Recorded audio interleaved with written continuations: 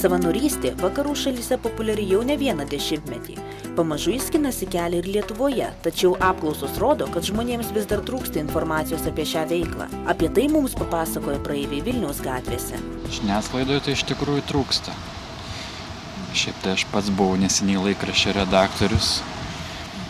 Tų savanorių kaip visą laiką ne per daug būna. Tiesiog nėra to, kas užvestų ant kelio. Galbūt iš bendradarbio, ten draugų kažkokių pasiūlytų, tai galbūt tikrai.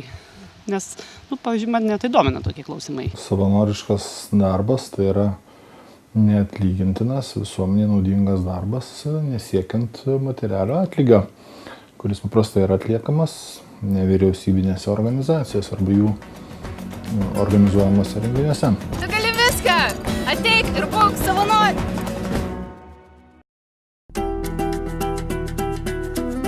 Savanorystės sektorius galėtų plėstis greičiau, jei viešojoje erdvėje atsirastų daugiau informacijos. Praeitais metais bendrovėje Ekes Granini gimė graži idėja apie savanorystės naujienų portalą. Šiandien ši idėja tapo realybė. Lietuvoje, lyginant su vakarų šalimis, savanorystės iš tikrųjų kalasi tik pirmieji daigeliai. Ir aišku, mums norėtųsi, kad jie užaugtų greičiau.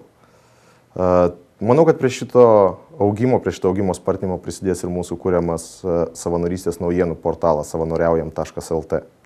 Jame visi besidomintys savanorystę galės rasti aktualios informacijos, kaip tapti savanoriu, į ką kreiptis, ką iš tikrųjų konkrečiai veikia tie savanoriai. Džiugu, kad įmonė, kurioje dirbu, Ekes Granini Lietuva, atkreipė dėmesį būtent į tą poreikį ir prisidėjo prie savanorystės skatinimo. Manyčiau, pagrindinė priežastis yra ta, kad žmonės Lietuvoje labai mažai žino apie tokią gražią veiklą kaip savanorystė. Sonata ne iš pasakojimų žino, kas yra savanorystė. Moteris jau ne vienerius metus savanoriauja Mamų unijoje ir dalijasi gerumu su vaikais, kuriuos užklupo klastinga liga. Sonata sako, kad geri darbai įprasmina kiekvieno iš mūsų gyvenimus. Džiaugiuosi galimybę padėti kitiems. Savanorystė įprasmina mano pačios gyvenimą. Savanoriauti tikrai yra verta.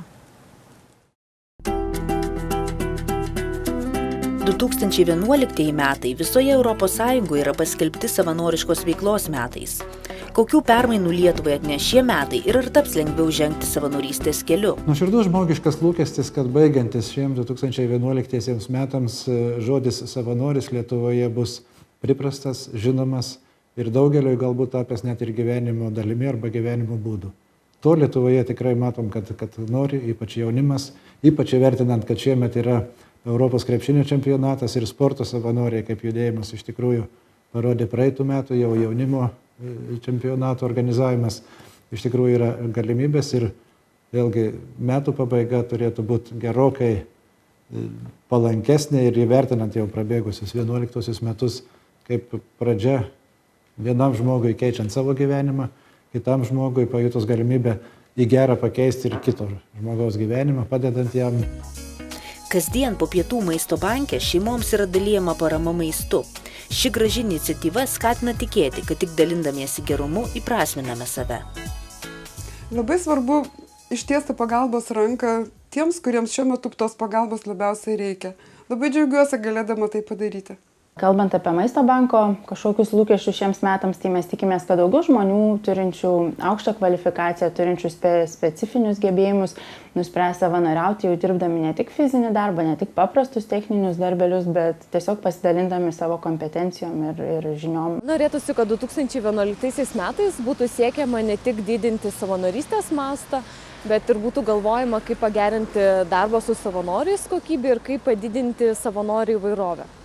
Nes šiuo metu tarp savanorių vyruoja jaunimas ir būtų iš tiesų gražu, jeigu įvairiausio amžiaus žmonės įsijungtų.